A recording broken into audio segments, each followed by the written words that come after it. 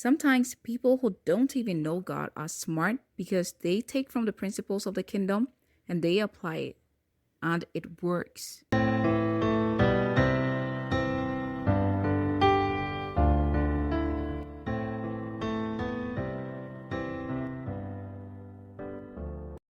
Hiya, welcome back to Queens and Daughters podcast.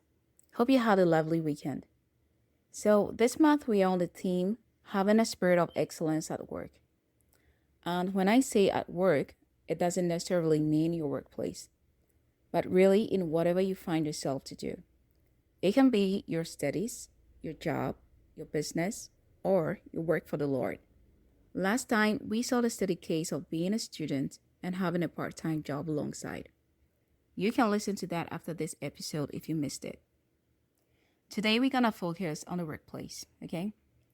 So, when it comes to having a spirit of excellence at your job, it's, for example, making sure you seriously take on the training your employer offers when they recruit you. Don't waste their time and energy.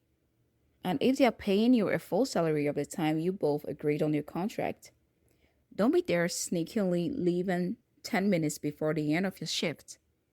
Remember that God is watching you. Your employer may not see you, but God does, okay? And if they are paying you the salary you agreed on, and you there delivering a low-key service because you're mad, meanwhile, you're praying to God to make you your own boss and have your own business. Well, what do you think God's response will be? See, before God will entrust you with your own business, He will first test you on how you handle someone else's. Before God promotes you with much, He will test you with little and see how you react. Are you going to be complaining and treating it as trash because you know it is not the big thing you want? See, nowadays, people don't want to hear about being processed by God. They want everything microwaved, quick, and easy. No accountability, just the flashy glitters. And then when things get tough, they got no backbone to stand the fight. If God can't process you in life with all sort of tests, with situations, with people, well, guess what? He can't trust you with His glory. It is a kingdom principle, and it's even applied in the world. Sometimes people who don't even know God are smart because they take from the principles of the kingdom and they apply it, and it works.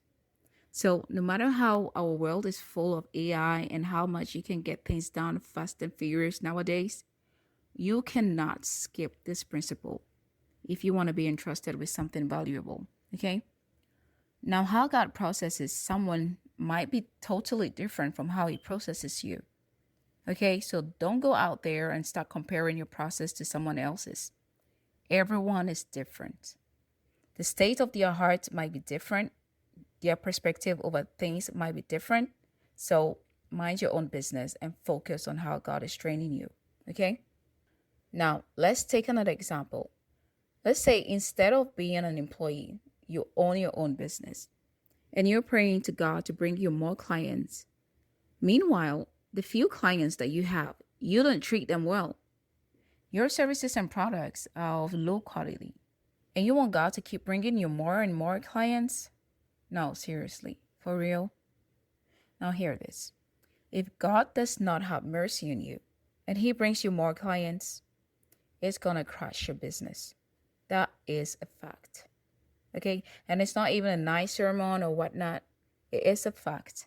If you studied business, you would know that before you think of scaling your business, you need to have a solid and good quality system established before you take on more clients.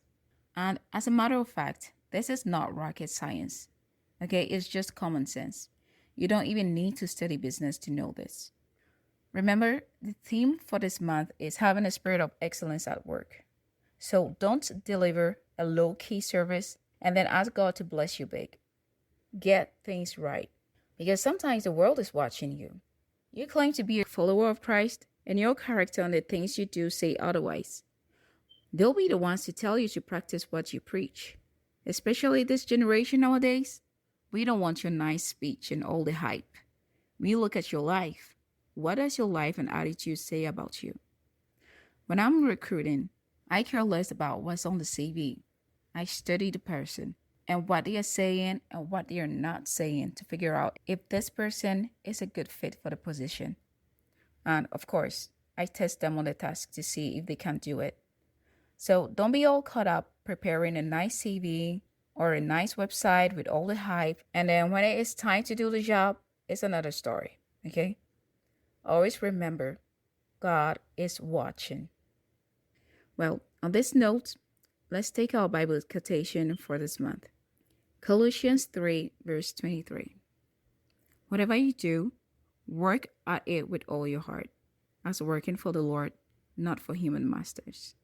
Amen. Well, thanks for tuning in.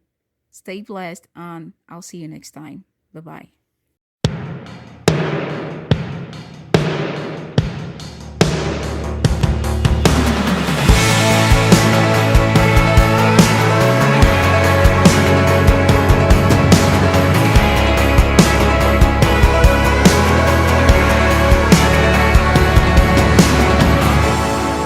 Your love is devoted, like a ring of solid gold, like a vow that is tested, like a covenant of old. Your love is enduring through the winter rain and beyond the horizon, with mercy for today. Faithful you have been, and faithful you will be.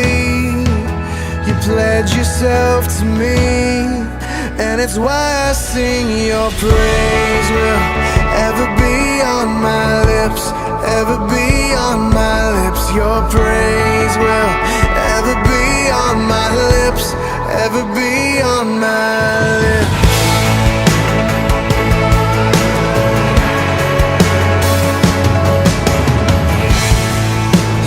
Father the orphan, your kindness makes us whole, and you shoulder our weakness, and your strength becomes our own. Now you're making me like you, clothing me